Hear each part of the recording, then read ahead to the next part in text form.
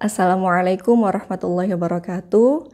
Alhamdulillahirrabbilalamin wa bihi nasta'inu ala umuri dunya waddin wassalatu wassalamu ala asrafil anbiya'i wal mursalin sayyidina wa maulana Muhammad wa ala ali sayyidina Muhammad amma ba'du. Rabbi shrahli sadri wa yassirli amri wahlul 'uqdatam min lisani yafqahu qawli. Halo Sobat Hebat Masa Surba, kembali lagi dalam kanal YouTube MTS Surya Buana. Bertemu kembali dengan Bu Elita dalam cerita inspiratif pagi. Pada kesempatan kali ini kita akan membahas refleksi tentang diri kita. Secara sadar maupun tidak sadar kita sering terbesit pertanyaan ketika ketemu orang lain. Kira-kira lebih baik dia atau aku? Nah, itu pertanyaan yang muncul secara kita sadar maupun tidak sadar. Nah, bagaimana cara kita menjawab pertanyaan diri kita sendiri seperti itu? Nah, mari kita belajar dari ulama-ulama zaman dahulu.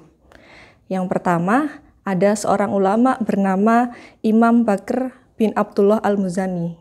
Beliau adalah ahli fikih, ahli hadis, yang mana beliau punya prinsip.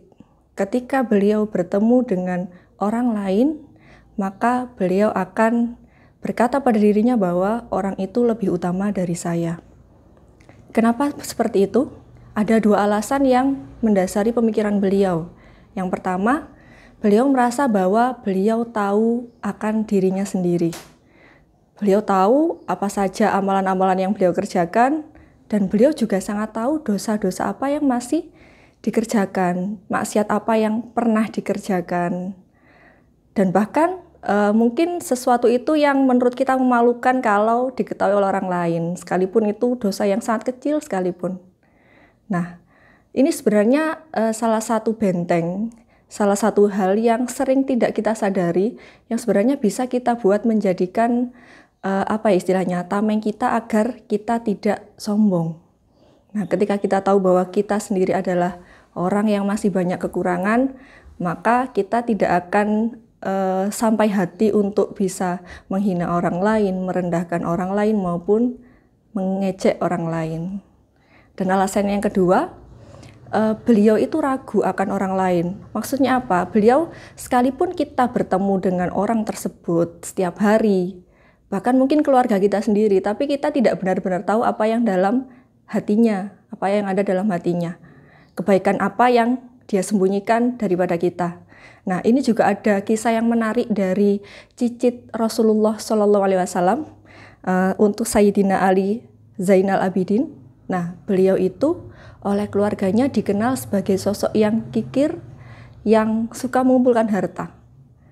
Tapi itu sebenarnya sesuatu yang tidak benar.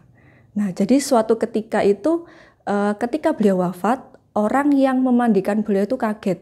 Kaget kenapa? Karena di pundak beliau itu ada bekas hitam yang mana itu biasanya ditemui orang-orang yang suka memikul beban berat di pundaknya.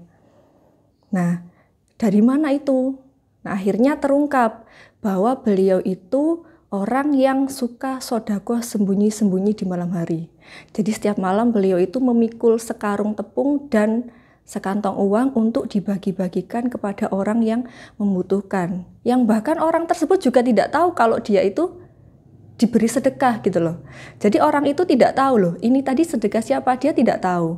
Kenapa kok beliau sampai seperti itu? Karena menurut beliau, Sayyidina Ali ini, ketika kita memberi orang, kemudian orang itu tahu siapa yang memberi, maka kadang ada rasa sungkan dan sebagainya. Makanya beliau tidak mau orang yang diberi itu tahu.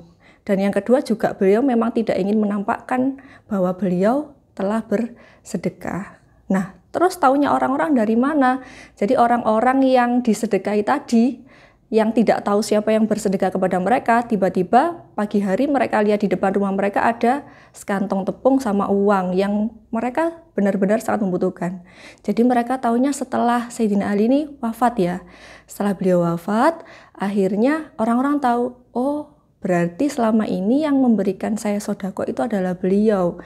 Karena semenjak wafatnya beliau, itu tidak ada lagi orang yang melakukan sedekah sembunyi-sembunyi. Nah, itulah alasan yang kedua yang mendukung tadi ulama Imam Bakr tadi, bahwa kita itu tidak benar-benar tahu tentang orang lain, bahkan meskipun dia adalah keluarga kita sendiri yang kita temui setiap hari. Nah, jadi ketika kita tidak sadar bertemu orang lain atau bahkan sedang berkompetisi, kemudian diri kita bertanya, dia dan saya lebih baik siapa? Maka jawabannya adalah insya Allah lebih baik dia daripada saya. Nah, semoga kisah ini bisa bermanfaat dan kita teladan dari kedua beliau ini, ulama-ulama ini, agar kita tidak menjadi orang yang mudah mengejek orang lain, merendahkan orang lain, seperti itu. Ya, terima kasih. Sekian dari saya, kurang lebihnya mohon maaf. Saya akhiri. Wassalamualaikum warahmatullahi wabarakatuh.